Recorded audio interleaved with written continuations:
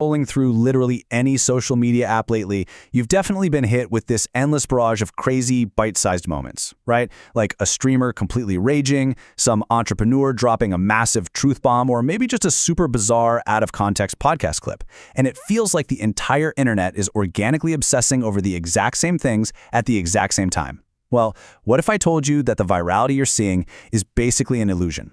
Today, we're launching a full-on forensic investigation into this invisible, industrialized shadow economy that is quietly controlling your feed. It's an entire system built from the ground up to manufacture virality. And honestly, by the end of this explainer, you're never going to look at a short-form video the same way again. Okay, so let's jump straight into this big question posed by Vox recently. Is all content doomed to be clipped now? We absolutely have to shatter this illusion right out of the gate. Those viral moments flooding your timeline, they are not just organic fan engagement. According to Vox's reporting, major figures, we're talking everyone from Justin Bieber to the cast of RuPaul's Drag Race, all the way to massive tech startups. They're actually paying thousands of anonymous people to absolutely flood the zone with these bite-sized segments of their content. And the whole goal here is to truncate everything into a hyper-addictive hook that basically forces discovery. So is all content doomed to be clipped? Well, if you want to survive today's algorithm, the data says the answer is a resounding yes. To really unpack this, let's get our facts straight on what clipping actually is. At its core, it's just taking longer-form content, podcasts, massive live streams, huge YouTube videos, and slicing it down into these highly digestible, algorithm-friendly little chunks. But here's where things take a crazy turn. What Vox brilliantly called the TLDRification of the internet has morphed from a really clever, simple marketing tactic into an entirely weaponized machine. This isn't just about a superfan sharing a funny moment anymore. It is a massive industry built entirely on capturing the lowest possible attention spans for the absolute highest possible engagement. And we have the receipts to back this up. Our first piece of hard, documented evidence comes straight from an official Discord channel for the streaming platform Kick. This creator whitelist completely proves that platforms are not just sitting back and passively benefiting from all these clips. They are actively orchestrating the bounties. Kick literally hands out an official list of approved streamers, huge names like Aiden Ross and academics, and tells users, hey, you're allowed to clip these guys, as long as you capture the moment while they are live. Seriously, just listen to the exact language they use in that same Kick Discord server. They literally say, catch viral moments from your favorite streamers, turn them into clips, and earn for posting them. It perfectly illustrates the actual mechanics of this wild new attention market. It's a direct call to action, right? Hunt for the most extreme moments, package them up, and get paid. Thousands of anonymous people are financially incentivized to just sit at their computers, scan through hours and hours of live footage, and mine it for anything that might trigger an emotional reaction online. We are literally watching the complete commodification of human behavior happen in real time. And this all feeds into a fully industrialized system. If we trace the WAP content rewards loop, we can see exactly how the sausage is made. WAP is this social commerce platform that has practically formalized this entire underground economy. And the crazy part? Anyone, literally anyone sitting in their bedroom can join this. Step 1, you sign up. Step 2, you access this massive list of brand bounties. Step 3, you batch produce your edits using free software like CapCut, slap on those fast automated captions and a really provocative hook. And finally, step 4, you blast those videos across TikTok, Instagram Reels, YouTube Shorts, and you just collect cash. It is a literal plug-and-play factory line for going viral. Now you might be wondering, what's the actual payout for the workers on this virtual factory line? Well, Digiday reported that clippers earn between exactly $1 and $5 per 1,000 verified views. And sure, on paper that might sound like small change, but you have to remember the insane nature of short-form video. A single well-placed clip can easily rack up millions of views in just a few hours. This structure effectively turns human attention into a highly scalable commodity.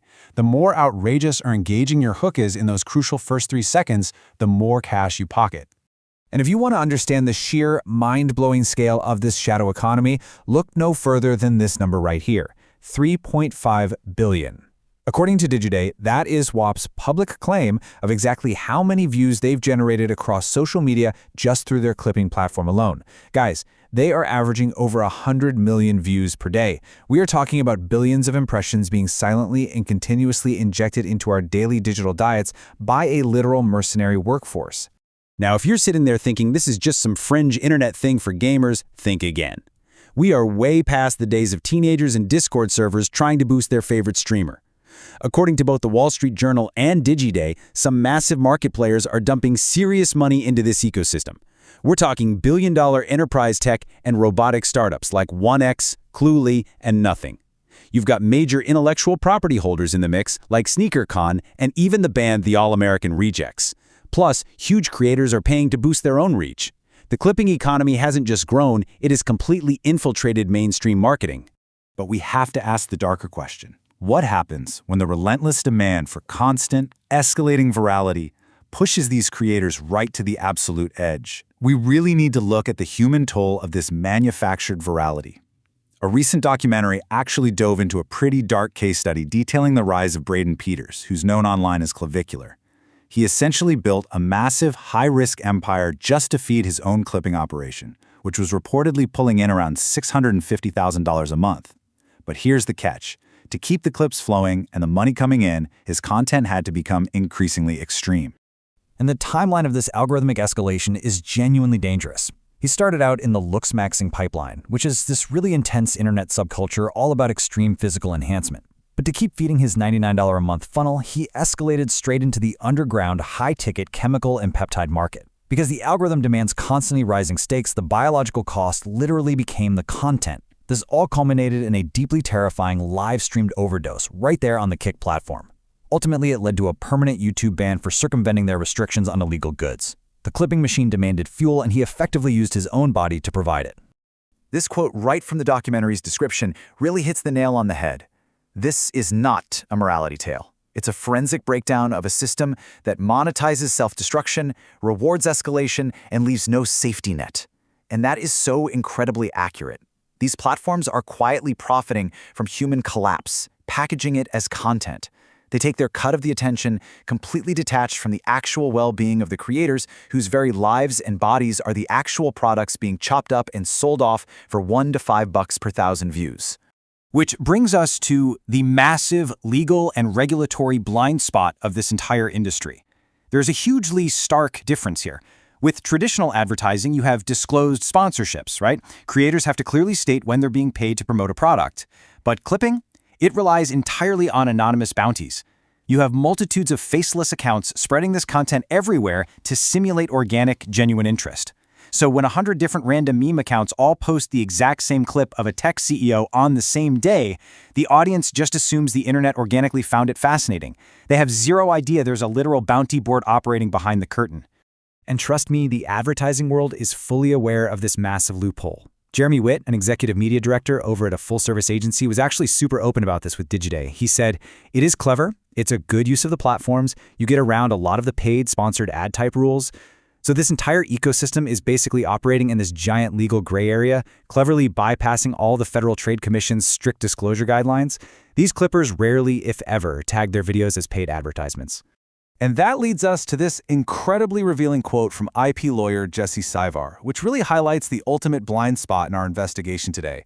The regulatory authorities are just completely outmatched. He points out that the FTC simply doesn't have the bandwidth to go after every single micro-influencer posting a random 30-second video.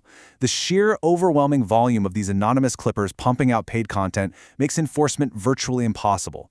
The clipping economy essentially found a glitch in the regulatory matrix, and they are exploiting it to the tune of billions of views every single day.